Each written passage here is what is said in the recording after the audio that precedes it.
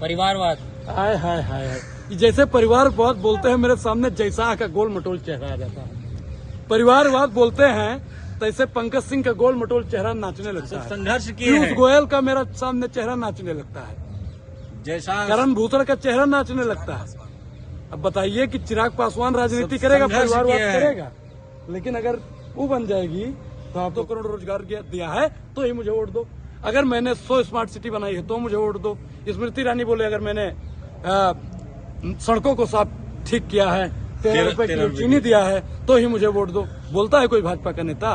भाजपा का नेता बोले कि मैंने अग्निवीर बनाया है, हमने बेवकूफ बनाया है, हमने अडानी को नंबर 1 बनाया, इसके अलावा भाजपा वालों ने कुछ किया समय से पहले भाजपा हटाओ, भाजपा हटाओ। तो तीसरी बार सरकार कैसे बना ली? ये आप जैसे पत्रकार जो थे 400 पार 400 पार 400 पार क्या वो मिर्गी और क्या 400 पार। देखिए अगर आपको आती है ना तो केजरीवाल के हॉस्पिटल में आपको भर्ती करवाने का तो ऐसे क्यों कर रहे हैं आप? मतलब क्या कर रहे हैं? ये आप जैसे पत्रकार कर रहे थे 400 पार कर रहा था कि नहीं कर रहा था? राहुल गांधी देखिए, आतंकवाद का सर्टिफिकेट ना आप बांटेंगे न वो बिट्टू पिट्टू बांटेगा।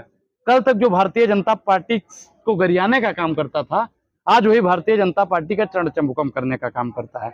जब वो कांग्रेस पार्टी में था तो राहुल गांधी का चरण चंबुकम करता था, राहुल गांधी के पैर और हाथ दबाने का काम करता था। फिर क्यों बाहर आ गए? जेल में डाला तो था आपके चाचा ने, लेकिन ये हथकड़ी, ये जेल कितना दिन अनुराग ओझा को अपने घर में रोक सकती है? सरकार कहते हैं भाजपा चाचा आपके लड़ रहे हैं का? हरियाणा से चाचा आपके लड़ रहे हैं, हरियाणा से चाचा आपके लड़ रहे हैं, हरियाणा से चाचा आपके लड़ रहे हैं, चाचा लड़ रहे हैं आपके। कौन भाजपा वाला है? तू भाजपा वाला है, तू भाजपा वाला है, तू भाजपा वाला है, तू भाजपा वाला है, तू भाजपा वाला है। केजरीवाल की मुक्त शिक्षा पाई है, मुक्त शिक्षा पाई है, तो मैं तो केजरीवाल की करूंगा दलाली। इसमें आपको दिक्कत है? बेच के चले गए जेल। क्या शराब घोटाला कितने का हुआ है बताइए? शराब घोटाला कितने का हुआ है आप बताइए? 13 रुपए किलो चीनी वाला घोटाला कितने का हुआ? आप इस पर भी बात कीजिए। अमेठी की सड़कें खराब हैं, कि पत्रकार वहीं से आता है उस पर बात नहीं करता है, लेकिन अनुराग ओझा को अच्छी शिक्षा मिल गई, इससे उसको दिक्कत। अच्छा हुआ नहीं हुआ इस बार हरियाणा की जनता बता देगी। हरियाणा की जनता ने ठाना है भाजपा को भगाना है। हाँ देख लीजिए, बहुत गई थोड़ी रही, थोड़ी भी अब जाए। 20 दिन के बाद में सब चेहरा साफ। तीसरी बार भाजपा भारतीय जनता पार्टी की दुकान इस कदर चलने लगी है कि अब उनके नेता, विधायक, मंत्री भी लगातार राहुल गांधी को धमकियां दे रहे हैं, और राहुल गांधी का बाल कोई बांका नहीं कर सकता है। लगातार यूथ कांग्रेस, लगातार वो सड़क पर उतर रहे हैं, और एक न एक दिन इस तानाशाही। लाख रुपए का इनाम अनुराग ओझा, बाल बांका की बात कर रहे हैं आप कि क्या आने वाले समय पर सिख भाई पगड़ी बांध के गुरुद्वारा जा पाएगा? क्या सिख भाई कड़ा बांध पाएगा? तो ये उन्होंने एक सवाल खड़ा किया।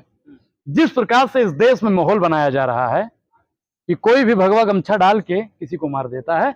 उदाहरण के लिए हमारे भाई, हमारे समाज के आर्यन मिश्रा को मारा गया। उदाहरण के लिए आपके भाई, आपके समाज के महाराष्ट्र के ट्रेन में उन चाचा को मारा गया दाढ़ी और टोपी देख के। उदाहरण के लिए आपके भाई को चेतन सिंह ने किस प्रकार से दाढ़ी और टोपी देख के मारा था। जो इनकी जुबान काट के लाएगा उनको इनाम दिया जाएगा। अंत में क्या हुआ बाबा के साथ में, तो वही उन लोगों के साथ में भी होगा। और बहुत जल्दी ही दिल्ली पुलिस, तुगलक रोड पर आज भी FIR दर्ज करवाया गया है। बहुत जल्दी ही दिल्ली पुलिस सक्रिय होकर उन तमाम नेताओं को जेल के पीछे ठूसने का काम करेगी। बिट्टू क्या हो गया? और आज दूसरी पार्टी में जाते ही आतंकवाद नजर आने लगा, जीव काटने की बात नजर आने लगी। वही हस्ल किया जाएगा जो आपकी दादी का किया गया है। ये आखिर कब तक होता रहेगा? ये प्रधानमंत्री नरेंद्र मोदी जी की तानाशाही और बुजदिली साफ स्पष्ट होती है कि इस देश का प्रधानमंत्री हिटलर से भी ज्यादा खतरनाक है। दूसरे देशों में जाके मतलब देश की बदनामी क्यों करा रहे हैं? हिटलर से भी ज्यादा खतरनाक है कुछ? दूसरे देश में जाके उन्होंने क्या बदनामी करवा दी? कह रहे कड़े पे पाबंदी लग सकती है और पगड़ी पे पाबंदी लग रही है। उन्होंने कहा कि अगर सही समय पर इंजेक्शन दे दिया जाए तो आदमी बच जाता है, लेकिन हमने सही समय पर सही तीर मारा है केजरीवाल जी ने, और इस बार भारतीय जनता पार्टी की तीर उल्टी चली जाएगी। ऐसा नहीं कि पिछली बार की तरह हो जाए, न दे दे जी, बैकफायर हो जाए केजरीवाल के लिए। केजरीवाल का मैं बहुत बहुत आभारी हूँ।